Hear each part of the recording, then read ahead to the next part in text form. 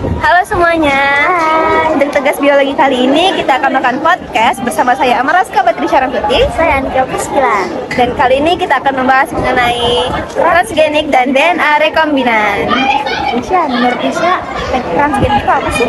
Transgenik itu adalah organisme yang telah disisipi oleh gen-gen lain. Jadi sudah ada yang namanya modifikasi secara genetik. Kalau di Anika, DNA rekombinan itu apa? Menurutku sih DNA rekombinan itu bentuk DNA buatan yang dibuat dengan cara menggabungkan dua atau lebih DNA di dalam bentuk yang normal dan untuk memberi kemampuan baru. Berarti bisa lebih ya? Dia bisa lebih dari dua.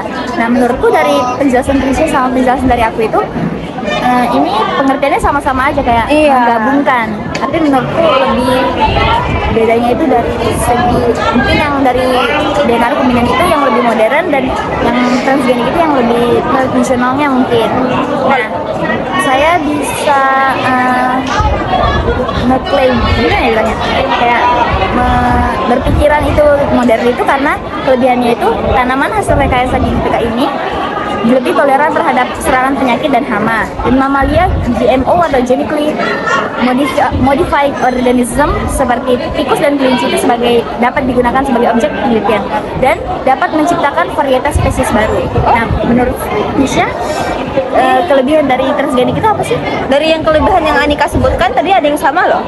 Kalau misalnya tadi Anika ada bilang tanaman hasil rekayasa genetika itu lebih unggul kan ya? Iya. Di transgenik itu juga sama, dia bisa menjadi lebih unggul sehingga itu bisa mengurangi penggunaan pestisida dan insektisida. Terus bisa menghasilkan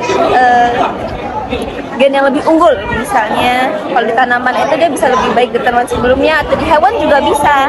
Terus dia juga bisa mampu meningkatkan produktivitas dalam kegiatan pertanian juga. Tapi setiap kelebihan pasti ada kekurangannya dong. Kekurangan dari transgenik itu sendiri apa sih? Nih, kekurangan transgenik itu ada bisa memberikan reaksi alergi bagi yang mengonsumsi. Misal nih, kalau kita suka makan sayur atau makan hewan, itu biasanya sapi biasa kan kita mungkin nggak alergi gitu sama sapi biasa. Tapi misal salah satu contohnya itu adalah sapi BST.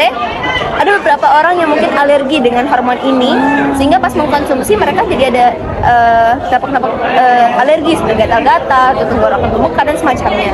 Itu juga bisa hasil dari transgenik sendiri tidak bisa diprediksi karena tadi Anika ada bilang kan kalau DNA rekombinan itu lebih modern. Kalau transgenik ini tidak terprediksi karena mungkin caranya lebih natural ya. Kalau misalnya DNA rekombinan gimana kekurangannya? Mungkin dari kekurangannya itu karena ini dia lebih modern, DNA rekombinan ini dapat disalahgunakan sebagai senjata biologis. Senjata biologis, wow. Tanaman atau hasil rekayasa genetika ini dapat mengganggu kesehatan karena dia sangat berbahaya jika dikonsumsi bagi manusia. Karena nggak natural lagi gitu ya. Dan teknologi canggih kimia gitu ya. Nah, dari contohnya bisa dilihat itu seperti obat-obatan untuk kesehatan medis. Itu contohnya insulin dan antibodi monoklonal. Iya, beda ya kalau misalnya sama transgenik. Kan kalau tadi transgenik itu lebih ke makhluk hidup ya. Hidup. Kalau misalnya DNA rekombinan itu buat obat-obatan dari DNA ini ya, DNA hewan-hewan organisme lainnya gitu. Wah, kira-kira ini lebih enak transgenik atau DNA rekombinan ya?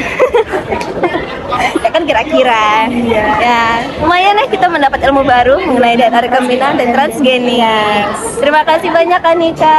Juga Trisha. Semoga video ini bermanfaat untuk yang nonton, dan itulah penjelasan kami untuk hari ini. Sampai jumpa. Terima kasih.